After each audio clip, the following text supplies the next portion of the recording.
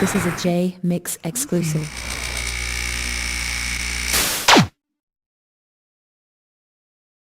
And just so you know, because I do this all the time, just because my memory's like a sieve. Again, I'm taping the call, so you know. Just No, not FYI. a problem. No, Yeah. I want you to. I want Okay. you to. Okay. Because I have nothing to hide. Never in my head. This call and your telephone number will be monitored and recorded. And again, once you see what I'm about to send you, and with Mr. Katie and everybody, they keep coming at me. But again, I'm not. I've never been a dumb, person. Now, when you spoke to Wayman, he agreed to be interviewed by you?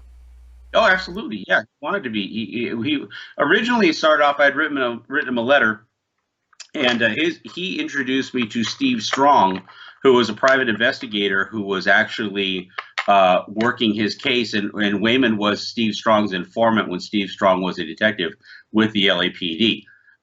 Wayman Anderson turned into an informant and was always tipping off the LAPD about things that were happening in the neighborhood. And that's how Steve Strong knew him, was as an informant. Then when this whole thing came down with the arson, Steve never believed that he did it. And Steve was a PI that had a lot of information that could help absolve Wayman Anderson of wrongdoing. And so I was introduced to Steve because Steve had a lot of information about Russ Poole, about Greg Kading, and a lot of other information that we went ahead and when we talked to him about. But, Wayman Anderson introduced us in the hopes that he would get Steve to work his case. Hopefully that's still ongoing. I haven't actively been involved with it for some time, but he asked me to interview with him, and I told him I was going to record the phone calls, and I did record the phone calls, and we have those interviews.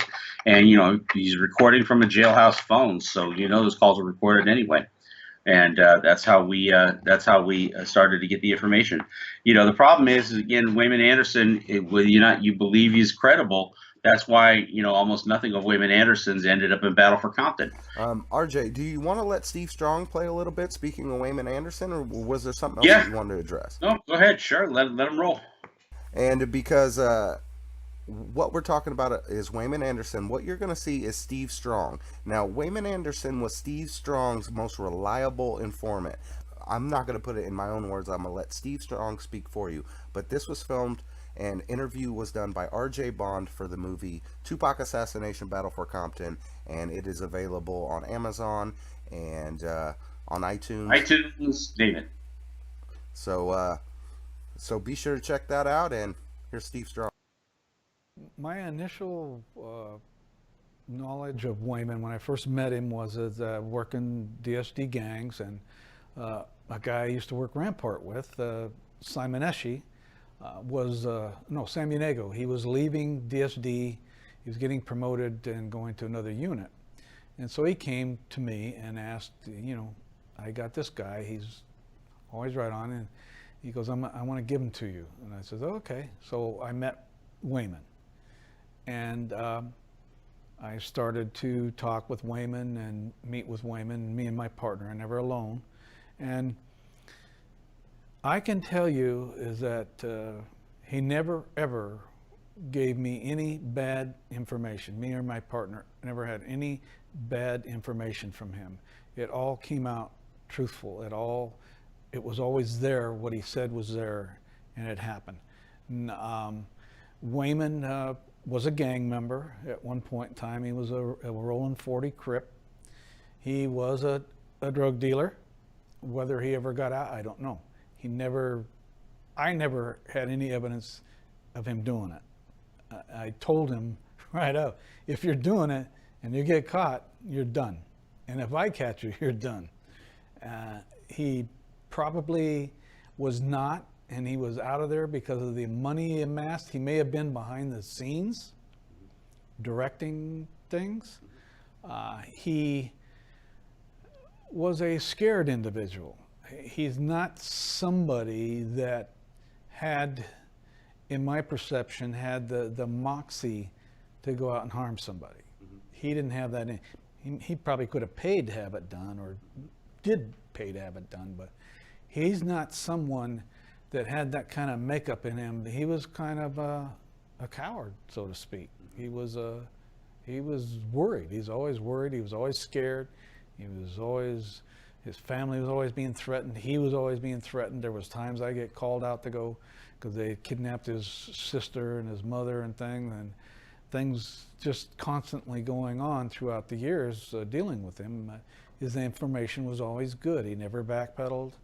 He was always honest. He gave us what he could give us. He gave me the largest seizure that LAPD ever did, and that got us all in trouble. That was his doing. He never asked for money, never gave him money. He never asked for anything. I never gave him anything. It was always straight up front with him that, you know, you the first time you burn me, you know, we're done. And he never was. He never did. And he never asked for anything. He just, you know, we asked him, you know, what's happening with this, you know, what's happening with that, and he would, you know, give me a little couple of days, and he would find out, and then we would go out and start working it, and it always panned out. There were some detectives on the department that hated him for whatever reason. I don't know. They never could tell me what he did to them. One was a female detective. She just could not get over the fact that him and his wife and his kid lived in her condominium complex out in the valley.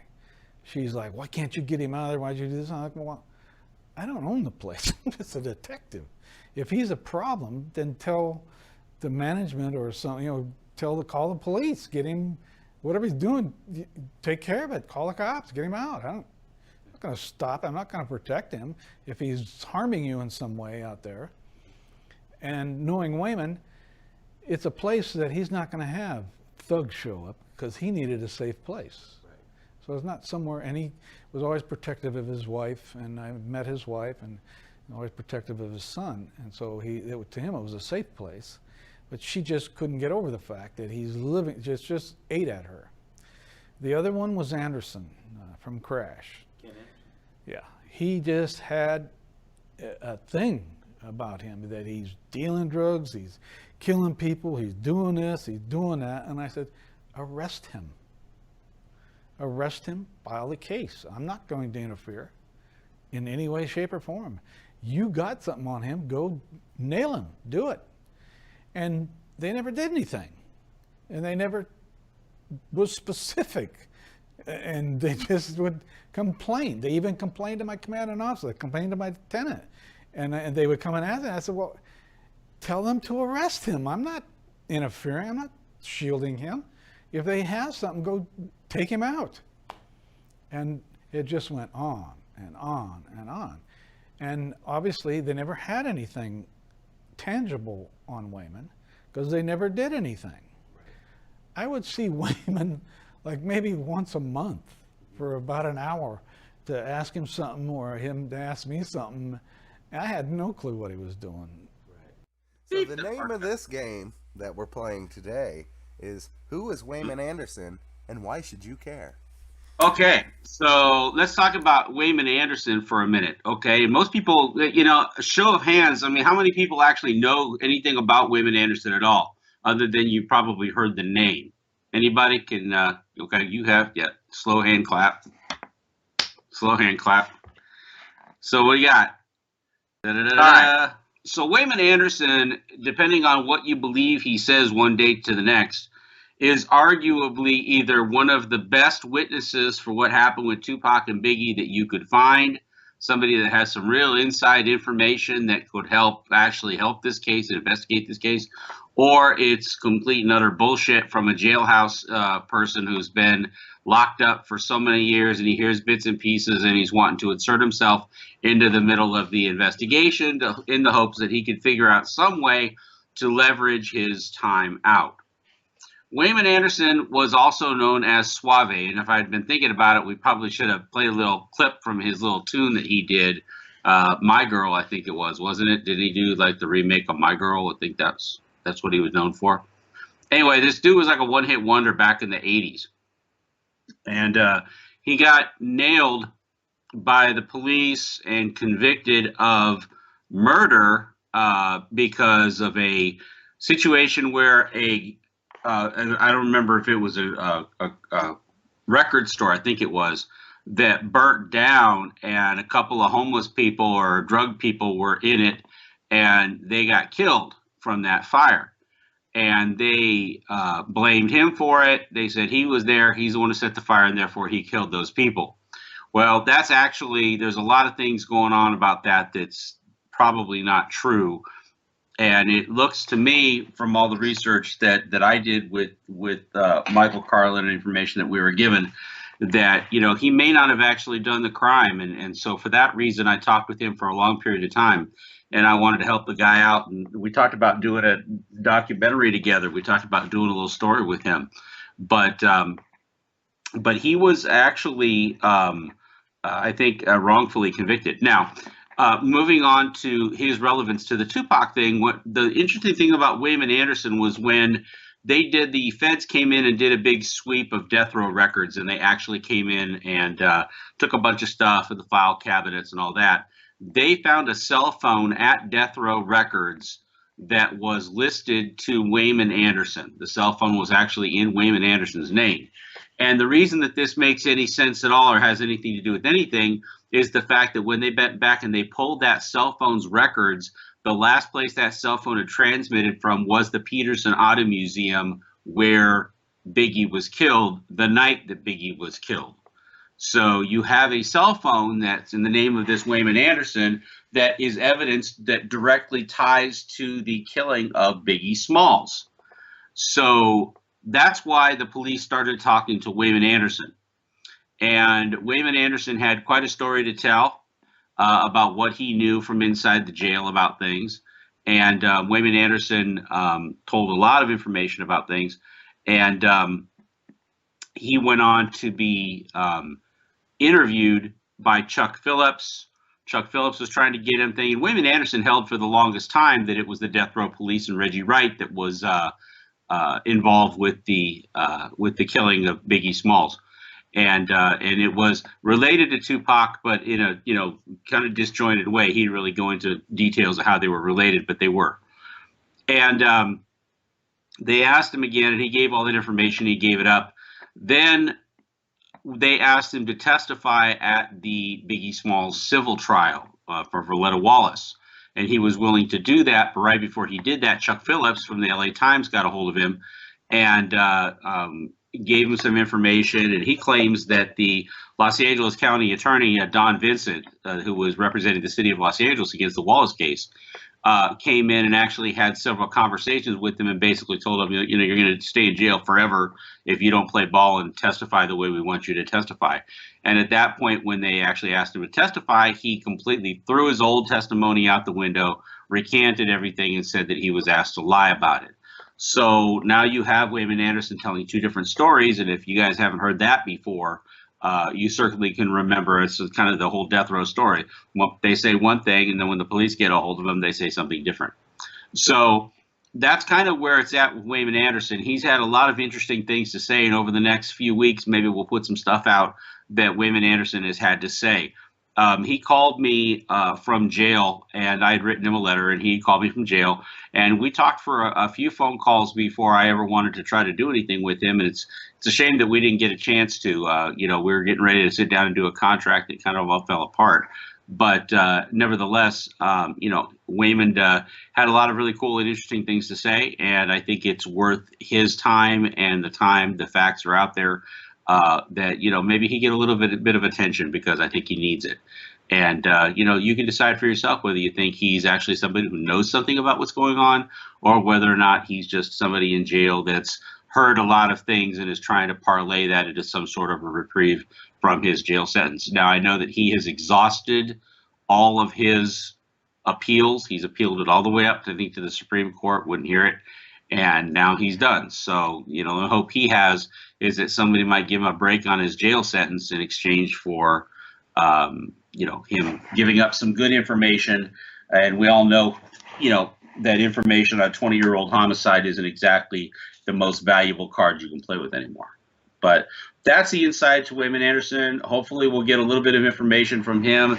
Maybe something that we play that he's talked about might resonate, and we'll get some more leads from it. You never know. You never know where the leads are going to come from. So, looking forward to that. And that's Wayman Anderson. And that's why you should care about Wayman Anderson, because his cell phone was found at Death Row Records, and it was making phone calls from the Peterson Auto Museum. So that's what we'll do.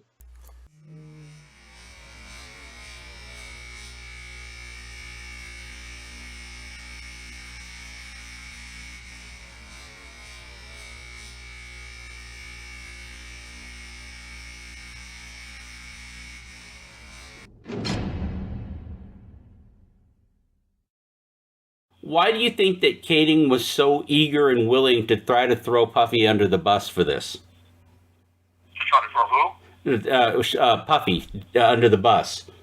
Why was? Well, I think that when people try to project an image, you can place or try to put something on them that will fit what they're trying to project to the public, trying to be bad. First of all, Puffy's not a bad guy. He's never been in prison, nor do I have any knowledge of him ever being a street hustler or any other connections to the street. So Right. most people involved in hip hop music are portraying an image. And when you portray something, then someone on a total opposite side of what you're portraying, such as a law enforcement officer, is that, shoe fits, then you got to wear it. Right. So if you're trying to act like you're a bad boy and then you don't, want to step up to the plate, Mr. Kading had the opportunity to try to play something as a reputation on Puffy for being involved with these murders, and also I believe there was a full-out press by the Los Angeles Police Department and District Attorney's Office, because I have knowledge of how my case got involved with this case, with the Eagles being placed on Rafael Perez.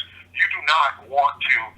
It was a great concern of not only the law enforcement departments down in LA, but also the major media player with LA Times. It was said on phone calls I had with people from the LA Times that they were not going to let Mrs. Wallace, brother Christopher Wallace's estate, bankrupt the city of Los Angeles. At the time this lawsuit was put in play, the city of Los Angeles was in financial ruin almost. Right. So that was an all-out war against and to discredit anybody who came forth, because it would lead to the backyard of the Los Angeles Police Department and District Attorney's Office. I've personally had one of the major district attorneys that worked for the DA's office in LA for 27 years tell me out of his own mouth that it would lead to, he knows where all the bodies is buried. Why do you, to answer your This call and your telephone number will be monitored and recorded. Larry Longo's daughter couldn't sing a song with a harmonizer nor with auto-tunes placed on her voice. Right. And yet she signed a $1 million contract with Death Row Records. The bodies would lead right back to the district attorney's office, which would be placed underneath of the conservatorship, and it would lead right back to LAPD, who was trying to get out of a rampart conservatorship. So you're going to let somebody come in and say that several cops were involved and district attorneys were involved with a major underground criminal ring who possibly had something to do with the murders of the biggest rapper in the music industry? Yeah.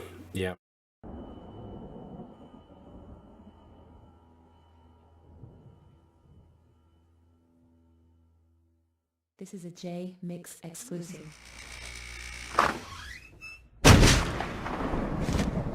Whatever, shut up.